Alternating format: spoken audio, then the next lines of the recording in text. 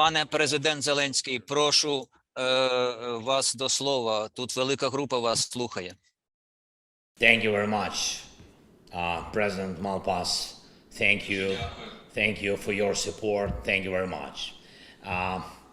Managing Director, dear Kristalina, Vice President Dombrovskis, and all of us now are waiting for our Prime Minister. And dear ministers, secretaries, and heads of international financial institutions, thank you again. Thank you all for this meeting, for your work in this format. Ukraine is currently living through a storm of emotions.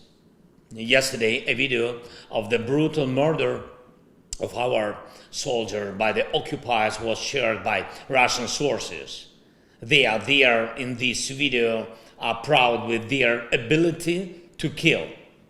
You have probably all seen it on the news, and you know that Russian army tries to make this level of violence and atrocities a routine everywhere on Ukrainian soil. Every time when they do something like this, one gets shocked like for the first time, and death brought by Russia must not become a usual routine. The long story of Russian impunity must finally stop. And I thank everyone in the world and all of you who help Ukraine to survive. But every day we'll lose our people, men and women, adults and children who die at the hands of Russia.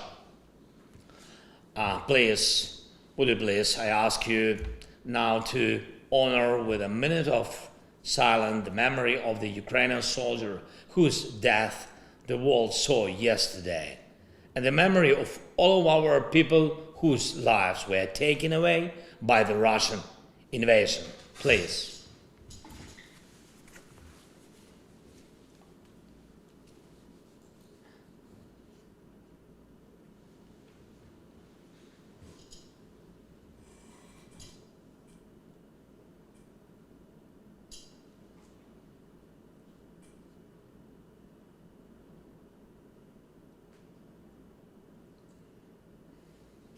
Thank you very much. Thank you so much. Yes, thank you. It's very important for all of us. Dear participants of this meeting, Ukraine will prevail in this war. It is only a matter of time when Russian aggression is defeated, but the evil state should not have any chance to win with ruins. What is always the goal of a terrorist? To break life. If not to kill, then damage. If not to destroy, then to make suffer. Any aggressor who hates life, whether he acts at a state like Russia, or within a terrorist group, or a single degraded individual, any aggressor always enjoys when he destroys, and when the ruins have to be repaired for decades. Thousands and thousands of facilities in Ukraine have been ruined. Thanks to the partners, most of the expenses for maintaining a normal life have been secured for this year. But the basic needs for reconstruction remain open. It's housing, energy, transport, social and humanitarian sphere, public services. Recently, I visited the frontline regions and the regions of our country bordering Russia. It is so painful to see cities destroyed by terror, villages burned, and fields dead because they are mined. That's why supporting fast recovery is a part of counter-terrorism work. By rebuilding what has been ruined, we defeat the main goal of terror. We return their normal life. The second point, the essence of the evil state. For the first time in history, the world has such a vast opportunity to change, to charge the aggressor with compensation for damages. the one who is guilty of the unprovoked and illegal war.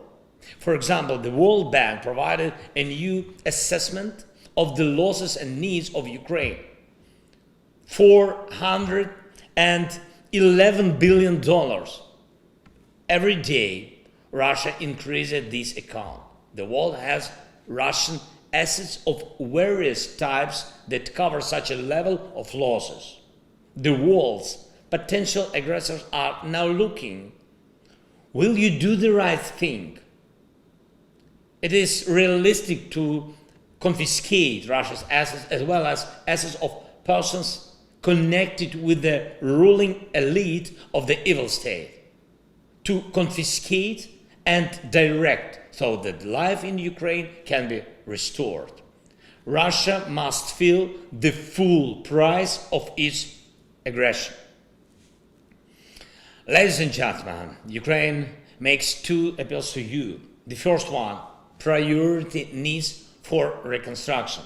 And I thank you for the new program with the IMF, which is an important stabilizing factor for Ukraine. This will help us continue to fight.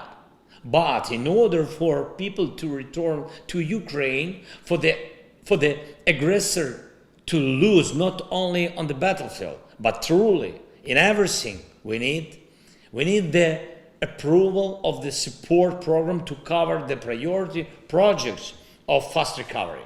The total volume of such projects is $14.1 billion. Our government officials who are now in Washington will present the details.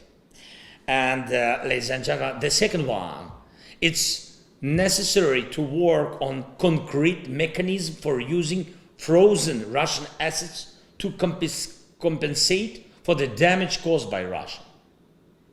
It must be clearly stated that the assets, including the assets of the Russian Central Bank, will be confiscated. It will be a peacemaking act on a global scale. Potential aggressors must see this and remember that the world can be strong. There may be different formats of solutions, but the faster and more effective the solutions are, the more reliable and long-lasting peace after this war will be.